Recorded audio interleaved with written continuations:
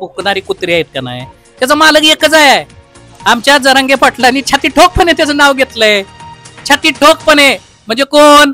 देवेंद्र फडणवीस. शरद पवारांची सुपारी घेऊन जरांगे पाटील हे काम करत आहेत, भाजपला संपवण्यासाठी काम करत आहेत. त्यांना आम्ही तळाताप्रमाणे जरांगे पाटलाला सांभाळतोय. आज मी मरणासाठी तयार आहे. मी छाती ठोकपणे सांगतो, उद्या जर आरक्षणाची गरज असेल का नाही आणि मी जर मरण्याने जर आरक्षण मिळत असेल ना, आज माझी मराठी तयारी आहे.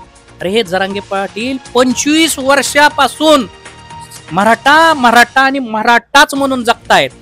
तरी पण कितीचं घर आहे हो त्यांचं? 10 बाय 10चं. पोरं कुठं आहेत? जिल्हा परिषदेच्या शाळेमध्ये. बायको काय करते? रोजंदारी. आणि जरांगे पाटलांनी किती एकर रान इकलं?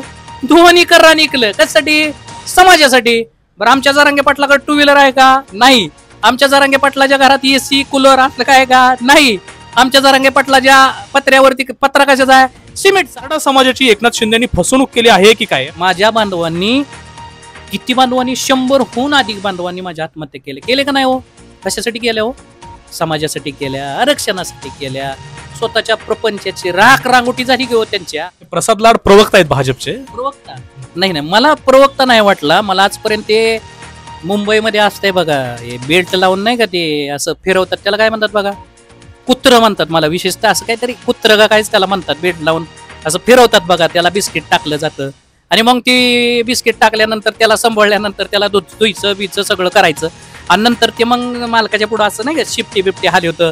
मालक आला की असं पळत जातं, भू भू भू करतं मालकाला. असा मराठा समाजाचे आमदार मराठ्यांच्या बाजूसाठी उभा राहिलेले असते तर ही वेळच आली नसती. छत्रपती शिवाजी महाराज कोण होते? कुणबी. तुकाराम महाराज कोण होते? कुणबी. मग आम्ही कोण आलोय? आम्ही काय पाकिस्तान मधून आलो का? नमस्कार, मी तानाजी करचे, ER न्यूज मराठीमध्ये तुम्हा सर्वांचं स्वागत करतो. आज आपण एका महत्वाच्या व्यक्तिमत्वासोबत आज आपण चर्चा करणार आहे. खरं तर महाराष्ट्रामध्ये सर्वत्र पाहायला गेलं तर मराठा आरक्षणाचं जे वातावरण आहे ते तापताना दिसत आहे. मनोज जरांगे पाटील जे आहेत ते अंतरवाली सराटी येथे उपोषणाला पुन्हा एकदा बसलेले आहेत. 5-6 दिवस झाले ते उपोषण करत आहेत तिथं. परंतु सरकारने अद्यापपर्यंत कोणत्याही प्रकारची ऍक्शन किंवा कोणत्याही प्रकारचं त्या ठिकाणी त्यांना त्यांचे जे निवेदन आहेत, मागण्या आहेत, त्या एक्सेप्ट केलेल्या दिसत नाहीत. तर त्याच अनुषंगाने आपल्यासोबत चर्चा करण्यासाठी प्रवीण पवार म्हणून जे आहेत ते जरांगे पाटलांचे खंदे समर्थक आहेत. मराठा आंदोलनाची एक महत्वाची भूमिका बजावत आहेत मराठा आरक्षणाची. आपण नक्की त्यांच्यासोबत चर्चा करणार आहे. आपल्यासोबत ER न्यूज सोबत ते आज आहेत, त्यांच्यासोबत आपण चर्चा करणार. नमस्कार सर. नमस्कार सर, आता एकंदरीत पाहायला गेलं आपण मूळ मुद्द्यावरती येऊ की जरांगे पाटील हे अनेक वेळा उपोषणासाठी बसलेले आहेत. त्यांना वारंवार उपोषणाला बसावं लागतं. सरकार त्यांना आश्वासन देतं, पुन्हा ते उपोषण सोडतात, पुन्हा उपोषणाला बसावं लागतं. सरकार ते आश्वासन पूर्ण करत नाही म्हणून त्यांना पुन्हा उपोषणाला बसावं लागतं. असं का करावं लागतं नक्की? विषय असा आहे, जरांगे पाटील आणि सरकार यामध्ये ज्या गोष्टी चालू आहेत, ज्या गोष्टी घडतायत, हे सर्व समाज बघतोय. जरांगे पाटील हे मराठ्यांचं दैवत आहे. जरांगे पाटलांच्या माध्यमातून जी भूमिका बजावली जाते, जी भूमिका घेतली जाते, ती भूमिका कोणाची असते? मराठा समाजाची. आज जरांगे पाटील ज्यावेळेस समाजामध्ये काम करत असतात आणि सरकार उपोषणाला बसल्यानंतर भूमिका काय घेतं की तुमच्या मागण्या मान्य करतो, तुमच्या मागण्या मान्य झालेत आणि विशिष्ट कालावधी देत आहे. बरं, हा विशिष्ट कालावधीपर्यंत जरांगे पाटलांनी थांबायचं नाही किंवा उपोषण सोडायचं नाही, तर दुसरी बाजू काय म्हटली जाईल की जरांगे पाटील एक हेकीखोर आहेत, जरांगे पाटील सरकारला वेळ देत नाहीत, जरांगे पाटील समाजाच्या प्रवाहाच्या विरोधात जातात. म्हणजे ह्या भूमिका जरांगे पाटलावर आरोप होतील 100% आहे. मग विशिष्ट ठिकाणी उपोषणाला बसल्यानंतर उपोषण शस्त्र असं आहे की उपोषण केल्यानंतर विशिष्ट कालावधीमध्ये त्यामध्ये थांबलं पाहिजे, संवाद केला पाहिजे. सरकार आणि उपोषण करता यामध्ये चर्चा घडवून त्यातून मार्ग काढला. पण आता जे जरांगे पाटील उपोषणाला बसलेले आहे, तर आता सरकार संवाद करायला तयार आहे की नाही तुमच्यासोबत? अजिबात नाही. सरकार संवाद सरकार करतंय, पण कसं? फसवणुकीचं. किती वेळा सरकारने संवाद केला? आम्ही 5 वेळा जरांगे पाटलांनी उपोषण केलं. बरं, त्या माणसाला असं वाटतंय का की उपोषण करून स्वतःच्या शरीराचं वाटोळं करून घ्यावं? असं वाटेल का? पण देवेंद्र फडणवीस जे राज्याचे गृहमंत्री आहेत ते आता सध्या मध्यंतरी त्यांच्या भाषणामध्ये सांगत होते की मी मराठा समाजाचं आरक्षण हायकोर्टामध्ये टिकवलं, सुप्रीम कोर्टामध्ये टिकवून ठेवलं जोपर्यंत मी मुख्यमंत्री होते म्हणून. यावर तुम्हाला काय म्हणायचंय? नाही, कसं टिकवलं? देतानाच फसवणीचं आरक्षण दिलंय. तुमचं सरकार होतं तोपर्यंत तुम्ही दाखवलं, सगळे बरोबर प्री प्लॅन तुम्ही दाखवलं. सरकार बदलल्यानंतर का मन गेलं? म्हणजे ह्याचं खापर तुम्ही विरोधकावर का फोडता? तुम्ही विशिष्ट साच्यामध्ये संविधानाच्या चौकटीमध्ये मराठ्यांना आरक्षण देणं गरजेचं होतं ना. तुम्ही दिलं याचा अर्थ विरोधी पक्षाने घालवलं असं तुम्ही म्हणले. सत्ता बदलल्यानंतर गेलं, परंतु सरकारची यंत्रणा चालवणारी यंत्रणा कोण आहे? देवेंद्र फडणवीस नाही ना. देवेंद्र फडणवीस तिथं जाऊन कोर्टामध्ये बाजू मांडत नाहीत ना. बाजू मांडणारी कोण बाजू आहे? सरकारची यंत्रणा. ती यंत्रणा देवेंद्र फडणवीस असताना बी तीच आहे आणि विरोधी पक्षाचं सरकार आल्यानंतर बी तीच आहे. याचा अर्थ आरक्षण गेलं, आरक्षण दिल्यानंतर तुम्ही त्याचं श्रेय घेता आणि आरक्षण गेल्यावर त्याचं का तुम्ही घेत नाही? तुमच्यामुळे गेलं असं का म्हणत नाही? तुम्ही दुसऱ्या काही करता. बरं, एखादी गोष्ट आहे, तुम्ही कायद्याच्या चकुटीमध्ये मराठ्यांना जर आरक्षण दिलं तर कोण? बाबासाहेबांचं संविधान आहे, त्या संविधानाला धरून जर तुम्ही आरक्षण दिलं, त्या चौकटीत आरक्षण दिलं तर कोणाचं बी सरकार येऊन दे ना, ते आरक्षण जाऊ शकत नाही. पवार साहेब, आता तुम्ही म्हणता की कायद्याला धरून आरक्षण मराठ्यांना मिळायला पाहिजे, ते तुमचं वाक्य आहे. परंतु पवार साहेब, मला एक गोष्ट सांगा तुम्ही, की सरसकट तुमची जी मागणी आहे मराठा समाजाची, की सरसकट कुणबी प्रमाणपत्र आम्हाला मिळायला हवं, हे शक्य आहे का कायद्याच्या चौकटीमध्ये? कायद्याच्या चौकटीमध्ये शक्य का नाही ते सांगा. त्याचं कारण काय? आता मी आहे, समजा मी मराठा समाजाचा, मला एवढ्या दिवस माझा जन्म झाल्यापासून मी म्हणतोय मी मराठा आहे, बरोबर आहे, मराठा म्हणून वावरतोय. परंतु ज्यावेळेस जरांगे पाटलाच्या माध्यमातून हे शस्त्र बाहेर काढलं आणि मराठ्यांच्या कुणबीच्या नोंदी हुडकण्यासाठी सरकारने कमिटी तयार केली, बरोबर आहे. कमिटी तयार झाली, कमिटी आली, त्याचं संशोधन झालं आणि ज्यावेळेस नोंदी सापडल्या त्यावेळेस माझं वैयक्तिक माझ्या खापरपंजोबाची नोंद सापडते. माझ्या खापरपंजोबाची नोंद सापडल्यामुळं माझी तिथं साधारण 400 ते 500 लोक आहेत माझी, म्हणजे पवार नावाची. मग माझी नोंद खापरपंजोबाची सापडली, माझ्या भाऊकीतली परत नोंद सापडली, 2 अशा माझ्या पूर्वजांच्या नोंदी. अख्खा समुदाय आमचा, माझ्या गावामध्ये राहणारा प्रत्येक मराठा हा कुणबी होता. मग एवढ्या दिवस आम्हालाच माहिती नव्हतं आम्ही कुणबी आहे म्हणून. मग तसं या महाराष्ट्रामध्ये शेती कुणबी कोणाला म्हणलं जातं? जो शेती करतो त्याला कुणबी म्हणलं जातं. आम्ही कोण आहेत? बहुसंख्य मराठा हा शेती प्रधान आहे, शेती करणारा आहे. कुणबीची व्याख्या काय केली जाते? की शेती कसणारा म्हणजे कुणबी. बरं, छत्रपती शिवाजी महाराज कोण होते? कुणबी. तुकाराम महाराज कोण होते? कुणबी. मग आम्ही कोण आलोय? आम्ही काय पाकिस्तान मधून आलो का? आम्ही त्यांच्याच एकंदरीत पाहायला गेलं तर मराठा समाजाच्या आरक्षणाच्या बाबतीत हे सरकार राजकारण, म्हणजे जे पॉलिटिकल लोक आहेत, मेजर दॅन हे जे लोक आहेत सगळी जर पाहायला गेलं आपण, जे मराठा समाजाचे लोक आहेत, ते विधानसभेमध्ये सर्वात जास्त आमदार कोणत्या समाजाचे? मराठा समाजाचे आहेत. पण तरी देखील मराठा समाजाचे विशेष अधिवेशन बोलवा म्हणून जी मागणी करण्यात आली होती, ते विशेष अधिवेशन बोलवलं जात नाही. मराठा समाजाचे आमदार मराठा समाजासाठी स्टँड घेत नाहीत का? 100% मराठा समाजाचे आमदार मराठ्यांच्या बाजूसाठी उभा राहिलेले असते तर ही वेळच आली नसती. ह्याचीच गफलत आहे. मराठा समाजाचे आमदार वेगळे आणि गरजवंत मराठ्याचा लढा वेगळा. जरांगे पाटलाच्या पाठीमागं आज गरजवंत मराठ्याचा लढा आहे. गरजवंत, ज्याला आरक्षणाची गरज आहे, ज्याच्या उदरनिर्वाहाचा प्रश्न निर्माण झालाय, ज्याच्या पोरांच्या भविष्याचा ज्याला प्रश्न भेडसावतोय, अशी लोक एकीकड आणि तुम्ही जे म्हणताय ती बेत ती एकीकड. हे समाजामध्ये 2 स्तर तयार झालेत. त्यांना काही घेणं नाही मराठ्यांचं, त्यांना आरक्षण मिळो न मिळो त्याच्याशी काही घेणं नाही.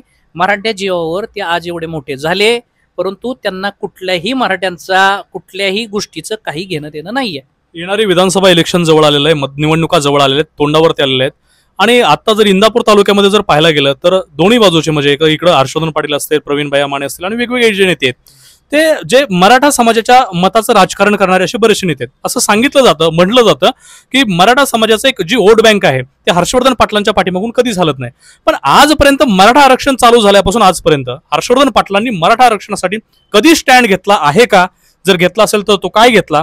जर त्यांनी स्टँड घेतला नसेल तर मराठा समाज त्यांच्यासाठी काय करणार येणाऱ्या निवडणुकांमध्ये? नाही, मी एका विशिष्ट व्यक्तीविषयी मत देऊ शकत नाही, कारण यामध्ये तालुक्यामध्ये काम करणारी माणसं कोण आहेत? जेवढे हर्षवर्धन पाटलांविषयीच मी सांगत नाही तुम्हाला, ऐका ना, जे पॉलिटिकल लोक आहेत, जे मराठा समाजाचे नेते आहेत इंदापूर तालुक्यातले जेवढे पण आहेत, त्यांनी किती वेळा मराठा समाजामध्ये हिरिरीने भाग घेतला मराठा समाजाच्या आंदोलनामध्ये, आरक्षणामध्ये, आणि मग त्याला येणाऱ्या विधानसभेच्या तोंडावरती आता मराठा किंवा मराठा मताचं जे राजकारण होणार आहे इंदापूरमध्ये, तर त्याला मराठा समाज कसा बघतो? नाही, मी काय सांगतो, हर्षवर्धन पाटील असो आप्पासाहेब असो, प्रवीण भाई असो किंवा भरणे मामा असो, आम्ही हर्षवर्धन पाटलांना जात म्हणून कधीही बघितलं नाही. आम्ही भरणे मामांना जात म्हणून कधी बघितलं नाही. प्रवीण भैयांना जात म्हणून कधी बघितलं नाही ना आप्पासाहेबांना जात म्हणून कधीही बघितलं नाही. जातीच्या बंधनामध्ये ह्या माणसांना आम्ही अडकू शकत नाही. कारण मी वैयक्तिक असा आहे की कुठलाही नेता आपला असेल तर त्या नेत्याने जात बाळगू बी नये आणि जात सांगूही नये. तुम्हाला निवडून कोणी दिलंय, तुम्ही कोणासाठी काम करता, प्रत्येक समुदायासाठी काम करता. त्यामुळं जातीच्या बंधनामध्ये त्यांना आम्ही अडकू शकत नाही. परंतु तुम्ही दिलेल्या प्रश्नाचं उत्तर असं आहे माझ्याकडं, हर्षवर्धन पाटलांनी त्यांची भूमिका डिक्लेअर करावी, भरणे मामांनी त्यांची भूमिका डिक्लेअर करावी. आजपर्यंत केली का त्यांनी त्यांची भूमिका? यातल्या कुणीच केली नाही, यातल्या कुणीच केली नाही. तेच मी तुम्हाला सांगतोय. मी त्याच मुद्द्यावर येतोय. हर्षवर्धन पाटलांनी करावी, भरणे मामांनी करावी, प्रवीण भाईंनी करावी, आप्पासाहेबांनी करावी, सगळ्यांनी भूमिका डिक्लेअर करावी. यांनी ज्या गोष्टी केल्या असतील तेही मला पडद्यावर कुणाचं सांगायचं नाही. कारण मी जर विशिष्ट माणसाचं आता म्हणलो की त्यांनी सहकार्य केलं, यांनी सहकार्य केलं, तर आमच्यात वातावरण दूषित होण्याचा चान्स आहे. त्यामुळे मी एवढंच म्हणतोय, आता मला कुणी काय केलं ह्याच्याची घेणं नाही, त्या मुद्द्याकडे मला जायचंच नाही. कुणी काय केलं समाजासाठी अजिबात नाही. आता तुम्ही माझ्यासाठी काय करणार आहे, आता माझ्या समाजासाठी तुम्ही काय करणार आहे, ही भूमिका घ्या. आणि ही भूमिका जी घेईल त्याच्याच पाठीमाग इंदापूर तालुक्यातला तमाम मराठा समाज उभा राहील. नव्हे नव्हे मराठ्याच्या समाजाचा असो किंवा इतर समाजाचा असो, आम्हाला त्याच्याशी काही घेणं नाही. इतर समाजाच्या व्यक्तीने ज्याला राजकारणामध्ये यायचंय, आमदारकीचं तिकीट घ्यायचंय आणि त्यांनी जर भूमिका डिक्लेअर केली, माझा मराठा समाजाला ओबीसी मधून मराठ्यांना आरक्षण पाहिजे या मागणीला पाठिंबा आहे, त्याच्या पाठीमागे आम्ही खंबीरपणे उभे राहू. सर, एका महत्वाच्या विषयावरती येऊया आपण. आता एकंदरीत पाहायला गेलं तर जरांगे पाटील हे महाराष्ट्रातील मराठा समाजासाठी दैवत मानलं जाते. अशा माणसाविषयी एका भाजपचा प्रवक्ते असणारे प्रसाद लाड हे एकेरी भाषेमध्ये उल्लेख करतात. म्हणजे अगदी त्यांनी ठेका घेतलाय का अशा शब्दांमध्ये ते उल्लेख करतात जरांगे पाटलांचा. नक्की भाजप आणि जरांगे पाटील नक्की काय समीकरण आहे? जरा प्रसाद लाड कोण आहे? प्रसाद लाड प्रवक्ता आहेत भाजपचे. प्रवक्ता नाही, मला प्रवक्ता नाही वाटला. मला आजपर्यंत ते मुंबईमध्ये असतंय बघा, हे बेल्ट लावून नाही का ते असं फिरवतात, त्याला काय म्हणतात बघा, कुत्र म्हणतात. मला विशेषतः असं काहीतरी कुत्र का काहीच त्याला म्हणतात, बेल्ट लावून असं फिरवतात बघा, त्याला बिस्किट टाकलं जातं आणि मग ती बिस्किट टाकल्यानंतर त्याला सांभाळल्यानंतर त्याला धुईचं बीचं सगळं करायचं आणि नंतर ते मग मालकाच्या पुढं असं नाही का शिपटी बिपटी हाली होतं, मालक आला की असं पळत जातं, भू भू भू करतं, मालकाला असं करतं. त्या भूमिकेत मला वाटतं की ती भूमिका बजावत असतील आणि मालकाला खुश करण्यासाठी तुम्ही घेतलेल्या माणूस काहीतरी बिस्किटाच्या तुकड्यासाठी काहीतरी, मला वाटतं की माझा वैयक्तिक हा विषय आहे, हा समाजाचा विषय नाही. वैयक्तिक माझं मत आहे की ती बिस्किटाच्या पोटासाठी शेवटी आहे ना, शेवटी पोटासाठी पोटाच्या भुकेसाठी माणूस कसं असतं. प्रसाद लाडचा मालक नक्की कोण आहे ते पण सांगा ना. आता अख्ख्या महाराष्ट्राला माहित आहे की हो, अख्ख्या महाराष्ट्राला माहित आहे. प्रसाद जी भुकणारी कुत्री आहेत का नाही, त्याचा मालक एकच आहे. आमच्या जरांगे पाटलांनी छाती ठोकपणे त्याचं नाव घेतलंय. छाती ठोकपणे म्हणजे कोण? देवेंद्र फडणवीस. काय त्यात काय विषय आहे? देवेंद्र फडणवीसच्या इशाऱ्यावरती हा प्रसाद लाड असेल, बाकीचे जे आता भुकणारी सगळे बाहेर निघल्यात ते सगळे आहेत. पण मला एक सांगा, यांनी समाजासाठी काय केलंय? जे भुकणारी कुत्री आहेत का नाही, यांनी काय केलंय ते सांगा ना. जरांगे पाटलाची 10/10 खुली आहे. समाजासाठी किती वर्ष करतायत काम? 25 वर्ष. आज आलेलं नेतृत्व नाही दादा ते, की काल गेल्या वर्षी उपोषण केलंय मग जरांगे पाटील उदयास आले, अजिबात नाही. 25 वर्षाचा लढा आहे. कोपर्डीमध्ये जाऊन विचारा कुणी केलेला आहे. कोपर्डीमध्ये मदत त्या भगिनीला, ते प्रकरण कुणी उकरून काढलं? अरे हे जरांगे पाटील 25 वर्षापासून मराठा आणि मराठाच म्हणून जगतायत. तरी पण कितीचं घर आहे हो त्यांचं? 10/10चं. पोरं कुठं आहेत? जिल्हा परिषदेच्या शाळेमध्ये. बायको काय करते? रोजंदारी. आणि जरांगे पाटलांनी किती एकर रान इकलं? 2 एकर रान इकलं. कशासाठी? समाजासाठी. बरं, आमच्या जरांगे पाटलाकडे 2 व्हीलर आहे का? नाही. आमच्या जरांगे पाटलाच्या घरात एसी कूलर असलं काय का? नाही. आमच्या जरांगे पाटलाच्या पत्र्यावरती पत्रा कशाचा आहे? सिमेंटचा. अंगणामध्ये फरशी कसली आहे? साधी. ही सगळ्या एकदम साधी राहणीमान. किती वर्ष? 25 वर्ष. मला आता हे जे उत्तर द्या, तुम्ही ज्याचं नाव घेतलं ते प्रसाद लाड कशामधून आलेत? राजकारणामधून आले. परत इतर बार्शीचे वगैरे वगैरे, मला नावं घ्यायची नाहीत सगळ्याची, परत एकाचं नाव घेतलं की दुसऱ्याला रागील. पण ही सगळी भुकणारी अवलादी, या भुकणाऱ्या अवलादीची संपत्ती कुठून आली? एवढी मोठी संपत्ती, आणि एवढी मोठी संपत्ती असल्या कारणास्तव त्यांना आरक्षणाची गरज नाही. आणि मग मालकाला खुश करायचंय, उद्या विधान परिषद आहे, त्याच्यावर त्यांना जायचंय, तिकीट घ्यायचंय. मग मालकाला खुश नाही केल्यानंतर मग या सगळ्या गोष्टी पुढे येणार आहेत. म्हणून ती भुकून मालकाला खुश करायचं, आपला स्वार्थ साधायचा आणि मोठं व्हायचं. प्रसाद लाडची तुम्ही संपत्ती काय बघितली का? बघा सोशल मीडियाला टाकून. प्रसाद लाड नावाची व्यक्ती असेल किंवा इतर ज्या व्यक्ती तुम्ही आता नावं घेतायत, ज्या जरांगे पाटलाच्या विरोधात बोलतायत, या व्यक्तीची संपत्ती जरा काढून बघा. मग या संपत्तीतला वाटा मला दाखवून द्या. आज जरांगे पाटलांनी 2 एकर जमीन विकली, बरोबर आहे का नाही? कशासाठी विकली म्हणून सांगितलं जातं? समाजासाठी विकली म्हणून सांगितलं जातं. समाजासाठी आंदोलन केलं जातं. आज समाज त्यांच्या डोक्यावर घेतलंय समाजाने त्यांना. आम्ही तळाताप्रमाणे जरांगे पाटलाला सांभाळतोय. आज मी मरणासाठी तयार आहे. मी छाती टोकपणे सांगतो, उद्या जर आरक्षणाची गरज असेल का नाही, आणि मी जर मरण्याने जर आरक्षण मिळत असेल ना, आज माझी मरायची तयारी आहे. माझी भावना काय असेल सांगा, माझं प्रेम काय असेल सांगा. ही गोष्टी आहेत. जरांगे पाटील जर एवढं समाजासाठी करत असतील, प्रसाद लाड नावाच्या व्यक्तीलाच मी विचारतो, किती पोरांना माझ्या बांधवांनी, किती बांधवांनी, 100हून अधिक बांधवांनी माझ्या आत्महत्या केले का नाही हो? कशासाठी केल्या हो? समाजासाठी केल्या, आरक्षणासाठी केल्या. स्वतःच्या प्रपंचाची राख रांगोटी झाली घेऊ त्यांच्या. मग त्यांचा परपंचामध्ये आज करता धरता माणूस माझ्या भावाच्या घरून गेला का नाही? तो भाव आमचा गेला. राहिलं कोण असेल हो? माझी वहिनी राहिली असेल, माझी वहिनीची लहान माझ्या भावाची लहान मुलं असतील. कोण हो त्यांच्या परपंचाकडे बघत असेल? करता माणूस ज्यावेळेस एखाद्याच्या घरातून जातो, अरे आई वडील असताना कुटुंब चालवणं अवघड आहे. मग माझ्या घरातला जर कुटुंब चालकच माझ्या घरातला गेला असेल तर ते कुटुंब कसं चालवता येईल? मग मला एक सांगा, या व्यक्तीला समाजाविषयी एवढं प्रेम आहे, यांना कधी गेले हो? माझ्या 100 मधल्या बांधवाच्या घरी गेले आणि त्या मुलांच्या शिक्षणाचा खर्च मी उचलतो, त्या मुलीचा शिक्षणाचा खर्च मी उचलतो, त्यांना सुखसुविधा देण्याचं काम माझ्या प्रॉपर्टीमधून मी जी माझ्या मालकाची लाळ चाटून चाटेगिरी करून जी कमवलंय त्यातला काही पर्सेंट हिस्सा मी त्या बांधवांना देतो. अशी थोडी तरी ह्यांना कधी लाज शरम वाटली का? ते जरांगे पाटलाची बराबरी करायला जातात. अरे तुम्हाला काहीतरी मिळावं, तुमचा मालक व्हावं म्हणून, खुश व्हावं म्हणून तुम्ही झगडताय.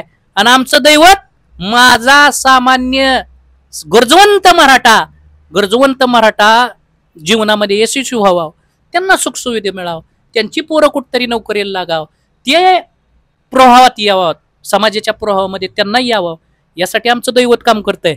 मग आम्ही का म्हणून मागे उभं राहू नाही? अहो जीवाची पर्वा केली नाही बाबा, जीवाची पर्वा. आकडाहून पडलं आमचं दैवत. सर आता बघा, तुम्ही जे बोलताय ते तुम्ही आता भावनिक झालेलं आहे जरांगे पाटलांचं, ते सर्व प्रसंग सांगत असताना. पण एकंदरीत जर पाहायला गेलं सर, तर आता सध्या जरांगे पाटलांची तब्येत अत्यंत खालावलेली आहे. अक्षरशः त्यांना तर पाहायला गेलं तर व्हिडिओवरती, टीव्हीवरती पाहिलं जाते, त्यांना चालताना एक पाय पुढं लोकांनी उचलून टाकला जातोय, अक्षरशः पाय. तरी पण या सरकारला सर भावनिकता सरकार भावनिक होत नाही किंवा येत नाही सरकार. नक्की काय सर, काय सरकारला तुम्ही काय अल्टिमेट द्याल? अल्टिमेटचा विषय नाही, हे जाणून बुजून केलं जातंय. मी सुज्ञ मराठा म्हणून तुम्हाला सांगतो, कशासाठी केलं जातंय माहित आहे? मराठा विरोधामध्ये गेला.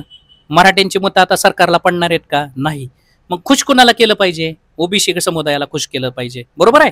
मग आरक्षणाकडे दुर्लक्ष करायचं, मागण्यांकडे दुर्लक्ष करायचं, आणि जी वोट बँकिंग आहे, ओबीसी जी वोट बँकिंग आहे ती आपलीशी करून घ्यायची. मला एक सांगा, उपोषण करण्याचा सगळ्याला अधिकार आहे, बरोबर आहे.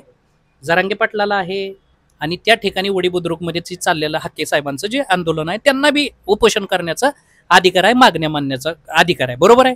बरं, आम्ही कधी म्हणलो ओबीसी बांधवांनी उपोषण करू नये, त्यांचा आम्हाला विरोध करू नये, आमच्या मागण्याला विरोध करू नये? अजिबात नाही. 100% त्यांनी विरोध केला पाहिजे. कशाच्या चौकटीमध्ये? कायद्याच्या चौकटीमध्ये, संविधानाच्या चौकटीमध्ये. मग एवढं सगळं असताना मला एक सांगा, हे उपोषण सहजासहजी तिथं गेलं का हो? हे उपोषण तिथंच का गेलं मला सांगा ना. वडी बुद्रुकमध्ये जालन्याच्या आंतरवली सराटीच्या विशीवरती हे उपोषण का म्हणून गेलं? सरकार सर असं काम करत आहे, ओबीसी मराठ्यामध्ये भांडण किंवा वाद लावण्याचा प्रकार सरकार करत आहे. 100% खरं आहे. तुमच्या मागाच्या प्रश्नाचं उत्तर आणि ह्या प्रश्नाचं उत्तरही मी देतो. सरकारचा पुरेपूर प्लॅन असा आहे, ओबीसी आणि मराठा यांचा वाद लावायचा. आता दुसरा विषय काय इथं निघलाय, तो विषय संपून गेला, तो विषय आता राहत नाही. तो विषय एवढाचा त्याला काय मोठा वाव मिळत नाही. आता दुसरा विषय काय आला इथं की मराठा आणि ओबीसीचा वाद लावायचा आणि त्यातून राजकारण करायचं, राजकीय पोळी भाजून घ्यायची, एवढाच उद्देश आहे. मला एक सांगा, गावाच्या विषयावर आंदोलन का करावं? आंदोलनाला पूर्ण महाराष्ट्र पडलाय. मी म्हणतो हके साहेबांनी एवढं मोठं आंदोलन करावं, त्याचं प्रमाण नाही. लय मोठं आंदोलन करावं आणि त्यांनी विरोध करावा. सरळ सरळ कायद्याच्या भाषेमध्ये, संविधानाच्या भाषेमध्ये विरोध करावा. संविधानाच्या चौकटीमध्ये सरकार न्याय देईल ना. दोघांनी म्हणजे न्याय कोणाला मागितला पाहिजे? मायबाप सरकारला. मग मायबाप सरकार त्याचा निर्णय घेईल ना की बा आरक्षण दिलं पाहिजे ओबीसी मधून का नाही दिलं पाहिजे. भारतीय जनता पक्षाकडून सर असाही आरोप होतोय की शरद पवारांची सुपारी घेऊन जरांगे पाटील हे काम करत आहेत, भाजपला संपवण्यासाठी काम करत आहेत. सर काय प्रकार आहे तो? नाही, मला एक सांगा, मला एक सखोल बोलतो मी त्याच्यावर. मी कुटुंब प्रमुख आहे. मला साधारण 2 मुलं आहेत, चालून बोला. आई, एक बायको आहे, आई वडील आहेत, बरोबर आहे. आणि मी कुटुंब प्रमुख आहे घरातला. मग समजा माझ्या मुलाला शाळेत वही पाहिजे, मग ती वही आणायची म्हणल्यावर ती शेजाऱ्याला मागायला जाईल का? ती वही कुणाला मागणार आहे? ती त्याच्या बापाला मागणार आहे. म्हणजे कुटुंब प्रमाण, म्हणजे जी चालवतोय त्याला, म्हणजे मला. आणि ती वही कोणी दिली पाहिजे? मी दिली पाहिजे, बरोबर आहे. बर, सरकार कोण चालवत आहे? देवेंद्र फडणवीस असतील, अजितदादा असतील आणि आपले एकनाथ शिंदे असतील, हे 3 जण सरकार चालवत आहेत, बरोबर आहे. बर, आता आरक्षणाचा लढा उभा केलाय. मागण्या विरोधी पक्षाकडे आम्ही गेलो, विरोधी पक्षाला म्हणलो, हा विरोधी पक्ष शरद पवार साहेब आम्हाला असं आरक्षण दे. त्यांच्या हातात आहे का? त्यांच्या हातात हा मुद्दा आहे का? अजिबात नाही. कोणाच्या हातात आहे? निर्णय घ्यायची क्षमता कोणाच्यात आहे? निर्णय घ्यायची ताकद कोणाच्यात? कलम कोणाच्यात आहे? अधिकार कोणाला आहेत? सरकारला आहे. त्यामुळे हे सरकारच्या गोष्टी आहेत. शरद पवारांचा काय विषय आमच्यात? शरद पवारांचा आणि आमचा कुठल्याही पद्धतीचा विषय नाही. आणि तुम्ही चांगला प्रश्न मला विचारलाय, त्या प्रश्नाचं आम्ही ते यासाठी विचारलं होतं की चर्चा एकंदरीत अशी केली जाते किंवा नेरेटिव्ह असा सेट केला जातो लोकांमध्ये, त्या संदर्भात आम्ही तुम्हाला प्रश्न विचारला होता. त्याचं उत्तर असं देतो मी तुम्हाला की अतिशय चांगला, मला जे पटतोय, आवडतोय, हा प्रश्न तुम्ही मला विचारलाय. 100% मला हा प्रश्न आवडतोय. मला एक सांगा, आता जरांगे पाटलांनी जी मध्यंतरी भूमिका घेतली आणि त्यामुळे त्यांचे बरेचसे खासदार निवडून आले, बरोबर आहे का नाही? आले, आम्ही मान्य करतो, आले. बर, त्यानंतर पहिली ठीक आहे, त्यांनी पडद्याच्या आतून राजकारण केलं वगैरे वगैरे काय असेल ते.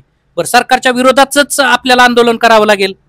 विरोधी पक्षाच्या विरोधात आंदोलन करून आपल्याला चालणार नाहीये. मग सरकारच्या विरोधात केल्यामुळे फायदा कोणाला झाला? शरद पवाराला झाला. आमच्या लक्षात आलं का नाही आता? शरद पवाराला फायदा होतोय, परंतु आम्ही जाणून बुजून केलं नाही. आम्ही आंदोलन कोणाच्या विरोधात करणार आहे? सरकारच्या विरोधात. फायदा कोणाला झाला? यांना. आता आमची स्पष्टच भूमिका आहे, विरोधी पक्षांनीच, शरद पवार असो, पटोले असो, बाकीचं शिवसेना असो, उद्धव ठाकरेचा गट असो, म्हणजे जेवढे हे तिघं, इकडची तिघं आणि तिकडची तिघं, या सगळ्यांनीच भूमिका डिक्लेअर करायची. आता पडद्याच्या अडकून राहायचं नाही, म्हणायचं नाही की मागणं चॉकलेट देतो, इकडून बिस्किट देतो, इकडून अजिबात नाही. शरद पवारांनी देखील आतापर्यंत आपली भूमिका स्पष्ट केलेली आहे का? अजिबात नाही ना, अजिबात नाही. त्यामुळेच सगळ्यांचाच आम्ही कार्यक्रम लावणार आहे. मी मगाशीच तुम्हाला सांगितलं, मी माझ्या इंदापूर मधली भूमिका जर म्हणत असेल की भूमिका डिक्लेअर करा, तर महाराष्ट्राची भूमिका का आम्ही म्हणू नये? जरांगे पाटील तीच म्हणतायत. मला एक सांगा, जरांगे पाटलांनी कधी शरद पवार साहेबांची स्तुती केली किंवा कधी बाजू लावून धरली हो? अहो, तुम्ही निगेटिव्हिटी करून ठेवताय, तुमच्या हातात आहे. कशाला शरद पवारच नाव घेता तुम्ही? उद्या ओबीसी मधून आरक्षण द्या, छाती ठोकपणे तुमचं सरकार आम्ही आणून दाखवतो. कशाला तुम्ही दुसऱ्याच्या ह्यानी बोलू नाही तो विषय? दुसऱ्यावर कशासाठी तुम्ही जाता? विरोधी पक्ष, मला विरोधी पक्षाचं तुम्ही सांगता, शरद पवारांचं नाव घेता, विरोधी पक्षाची नावं घेता. उद्या त्या दिवशी मध्यंतरी तुमचं सरकार बनवलं तुम्ही. कोणाचं बनवलं? अजित राहिले पहिल्यांदा बनवलं भाजप आणि एकनाथ शिंदेचा गट शिवसेना. तेव्हा विचारलं का विरोधी पक्षाला? नाही विचारलं. नंतर परत शरद पवारांची राष्ट्रवादी फोडली आणि अजित पवारांना आपलंच करून घेतलं. त्यावेळेस तुम्ही विचारलं का विरोधी पक्षाला की बाबा आता आम्ही असं करतोय? विचारलं का? निर्णय कोणी घेतला? तुम्ही. बर, एखादी योजना आणायची म्हणलं, समृद्धी महामार्ग वगैरे वगैरे वगैरे, काय तुमच्या काय लाडकी बहीण योजना, मला एक सांगा, लाडकी बहीण योजना राबवली. लाडकी बहीण योजना म्हणली का? लाडकी बहीण योजना आता आपल्याला राबवायची आहे ह्या महाराष्ट्रामध्ये आणि आपल्या भगिनींना आता आपल्याला 1,500 रुपये वाटायचे आहेत. आणि मग शरद पवार साहेब, उद्धव ठाकरे साहेब आणि पटोले साहेब, आता तुमची याच्यावरती मत काय? आणि मग तुम्ही सांगा नंतर आम्ही निर्णय घेतो असं म्हणले का? निर्णय कोणी घेतला? तुमच्या स्वार्थासाठी तुम्हाला निर्णय घ्यायला जमतोय. कशासाठी? की भगिनी मतदान करतील मग आम्ही निवडून. अरे भगिनी कोणाच्या? आमच्या भगिनी. बरं आमच्या भगिनींना आरक्षणाची गरज 1,500ची गरज आहे का? तुम्हाला सांगतो आरक्षणाची गरज आहे. 1,500ची गरज नाही आम्हाला. आम्हाला कशाची गरज आहे? आरक्षणाची. त्यामुळे त्या बहिणी सुद्धा तुमचा कार्यक्रम करणार आहेत, आम्ही सुद्धा तुमचा कार्यक्रम करणार आहोत. सर एकंदरीत पाहायला गेलं तर आता एकनाथ शिंदे साहेब जे आहेत ते मुख्यमंत्री होते आणि आताही आहेत. आता जरांगे पाटील यांनी लाखोच्या संख्येने, अक्षरशः लाखो करोडच्या संख्येने मराठा एक झाला आणि मुंबईच्या दिशेने रवाना झाला. मुंबईच्या धडक त्यांनी सांगितलं की आम्ही मुंबईला गराडा घालणार आहे, मुंबईवर ते चालून येणार आहे, आम्हाला आरक्षण मिळालं पाहिजे. पण एकंदरीत पाहायला गेलं तर तिकडून एकनाथ शिंदे साहेब आले आणि त्यांनी एकनाथ शिंदेंनी जरांगे पाटील यांना आश्वासन दिलं आणि तिथंच ते एवढं मोठं आंदोलन जे आहे तिथंच थांबलं. पण नक्की मराठा समाजाची एकनाथ शिंदेंनी फसवणूक केली आहे की काय, याविषयी तुम्हाला काय म्हणायचं? 100% केली. जर एकनाथ शिंदेंनी म्हणण्याऐवजी सरकारने केली. तुम्ही बाकीच्यांना कसं सोडताय? निर्णय घेत असताना त्या स्टेजवरती एकनाथ शिंदे एकटेच आले होते. त्यांनी एकट्यानेच तलवार उपसली होती जरांगे पाटलांसोबत. 100% एकटे जरी आले असले तरी कुणाचे प्रतिनिधी आहेत ते? ह्या तिघांचे प्रतिनिधी आहेत का नाही? एकनाथ शिंदे ह्या तिघांच्या पक्षाचे मुख्यमंत्री आहेत. महाराष्ट्राचे जरी असले तरी तिघांनी मिळून त्यांना मुख्यमंत्री म्हणून निवडलेला आहे, म्हणजे पाठिंबा दिलेला आहे. बरोबर आहे का नाही? एकनाथ शिंदे आले तिथं. मग एकनाथ शिंदे आल्यानंतर एकनाथ शिंदेनी जी भूमिका घेतली की बाबा तुमचा GR, तुमचा याचा GR देतो, आमकं करतो, फलानं करतो, बरेचसे शब्द दिले. त्यानंतर आश्वासन दिली गेली, लिखित स्वरूपाचं दिलं गेलं, शब्द दिला गेला.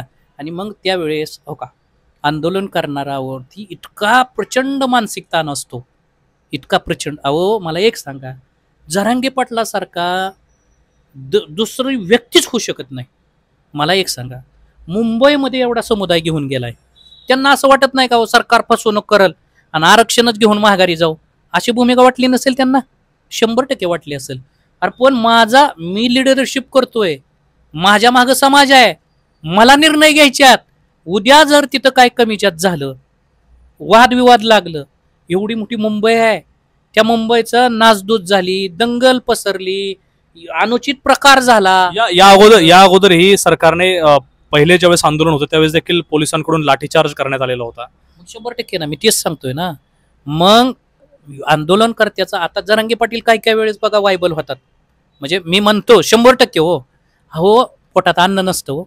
अन्न नसल्यानंतर तुम्हाला सांगतो अर्धा दिवस एक दिवस जर आपण खाल्लं नाही तर आपली काय अवस्था होते हो? मानसिक आपलं ताणतणाव निर्माण होतो का नाही? आणि त्या भावनेतून तुम्ही ते गोष्टी घडतात. तसं इथून मुंबईपर्यंत जायचंय, माझा समाज घेऊन जायचंय, समाजाला दिशा द्यायची, आरक्षण घ्यायचंय, आपण ज्या मागण्या केल्यात त्या मागण्या मान्य करून घ्यायच्यात, एवढं सगळं करायचंय. आणि पुढकून सरकारने जर शब्द दिलेला असेल की बाबा तुमच्या मागण्या, तुम्ही ज्या मागण्या मानताय त्या सरसकट मागण्या मान्य केल्या, असं म्हणलं, बरोबर आहे, तर तुम्हाला सांगतो सरकारवर विश्वास ठेवला पाहिजे. मुख्यमंत्री स्वतः, मला एक सांगा, मुख्यमंत्री स्वतः तिथं येत आहेत, स्टेजवर येत आहेत आणि शब्द लिखित स्वरूपात देत आहेत की मागण्या मान्य झाल्या आणि नंतर आम्ही माघारी आलोय. म्हणजे फसवणूक झाली का नाही झाली? 100% झाली ना फसवणूक. 100% फसवणूक झाली. फसवणूक बी का झाली? त्यावेळेस जरांगे पाटलाच्या मनामध्ये महाराष्ट्राचं हित लक्षात आलं. जरांगे पाटील हे बी करू शकत होते, नाही तुम्ही आधी लागू करा आणि नंतर आम्ही माघारी जातो. पण जरांगे पाटलांनी विश्वास कोणावर दिला? शिंदे साहेबांवर, की शिंदे साहेबांनी शब्द दिलाय म्हणजे मुख्यमंत्री, ते महाराष्ट्राच्या मुख्यमंत्र्यांनी शब्द दिल्यानंतर ते बदलतील असं कोणाच्या मनात येईल का हो? फसवतील असं कोणाच्या मनात येईल का? नंतर आपण माघारी फिरलो आणि नंतर ह्या सगळ्या घडामोडी घडल्या. एकंदरीत पाहायला गेलं तर सर आता विधानसभा येते आणि विधानसभेला जरांगे पाटलांची आणि तुमची शेवटचा प्रश्न आहे, विधानसभेला नक्की जरांगे पाटलांच्या आणि मराठा समाजाच्या ज्या आरक्षणामध्ये लढणारे जे तुमचे योद्धे आहेत, तुम्ही जे योद्धे म्हणता, त्या सगळ्या लोकांची एकंदरीत जी भूमिका आहे ती काय असणार आहे? हो का, आम्ही वेट अँड वॉच मध्ये आहोत आता. आणि जरांगे पाटलाचा जो आदेश आहे का नाही, ज्या पद्धतीने बंदुकीतली गोळी निघते का नाही, त्या पद्धतीचा आदेश आहे. जरांगे पाटलांनी सांगितलं सरकारचा कार्यक्रम करायचा, केला जाणार. जरांगे पाटलांनी सांगितलं विरोधी पक्षाचा कार्यक्रम केला जाणार, विरोधी पक्षाचा कार्यक्रम केला जाणार. जरांगे पाटलांनी सांगितलं स्वतंत्र उमेदवार दिले जाणार आणि मराठ्यांचेच उमेदवार, मराठे आणि 18 पगड जातीचे उमेदवार दिले जाणार आणि आता स्वतः आपण इलेक्शन लढवायचं असं जरी ठरलं तरी या इंदापूर तालुक्यामध्ये ज्या वेळेस भूमिका जरांगे पाटलाची घेतली जाईल, जरांगे पाटील एखादी दिशा ठरवली जाईल, त्याच्यात किंचितही थोडाही आम्ही मागे हटणार नाही. जे आदेश येतील त्या आदेशासाठी आम्ही सदैव तयार राहू.